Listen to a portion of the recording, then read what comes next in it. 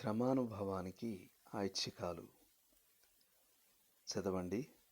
కొరింథీలకు రాసిన 2వ పత్రిక 12వ అధ్యాయము 7-8 వచనాలు. నాకు కలిగిన ప్రత్యక్షతలు బహు విశేషముగా ఉన్నందున నేను అత్యధికముగా హెచ్చిపోకుండు నిమిత్తము నాకు శరీరములో ఒక ముల్లు, నేను అత్యధికముగా హెచ్చిపోకుండు నిమిత్తము నన్ను నలుగగొట్టుటకు సాతాను యొక్క దూతగా ఉంచబడెను. కొరింథీలకు రాసిన 2వ పత్రిక 12వ అధ్యాయము 7వ వచనం.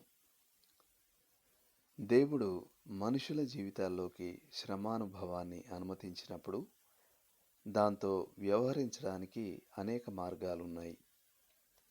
కొందరు మనసు చేదెక్కి దేవుణ్ణి నిందిస్తారు, మరికొందరు మిన్నకుండిపోతారు, ఇంకొందరు పళ్ళు బిగబట్టి ధైర్యంగా ఉన్నట్టు కనబడతారు. ఇది ధైర్యంతో కూడిన ప్రతిస్పందన అయినప్పటికీ అది దైనందిన జీవితం జీవించడానికి అవసరమైన శక్తినంతా హరిస్తుంది.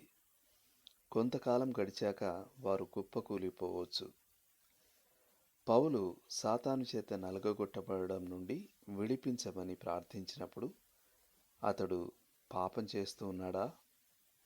నేను అలా అనుకోను. వ్యాధి బాధ నుండి విడిపించమని దేవుణ్ణి అడగడం ఓ క్రైస్తవునికి మామూలే. దేవుడు ప్రతి విశ్వాసిని బాగుచేయడం తన ధర్మంగా ఏమీ పెట్టుకోలేదు. కానీ ఆయన మన భారాలు ఆయన వద్దకు తీసుకురమ్మని ప్రోత్సహించాడు. బాధలు అనుభవించే క్రైస్తవుడు దేవునికి అవమానకరం అని మనల్ని నిందించేవాళ్ళు ఉన్నారు.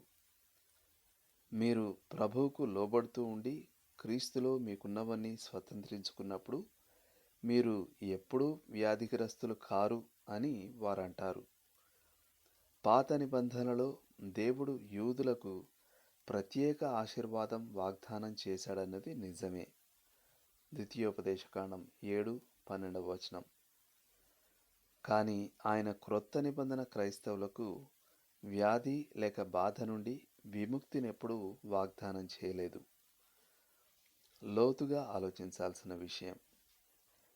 ఎప్పుడు పట్టుబదలక ప్రార్థించాలి, ఎప్పుడు దేన్నైనా ఓ ముల్లుగా స్వీకరించాలి అని నిర్ణయించుకోవడానికి మీరు ఏ మార్గదర్శకాలను ఉపయోగిస్తారు?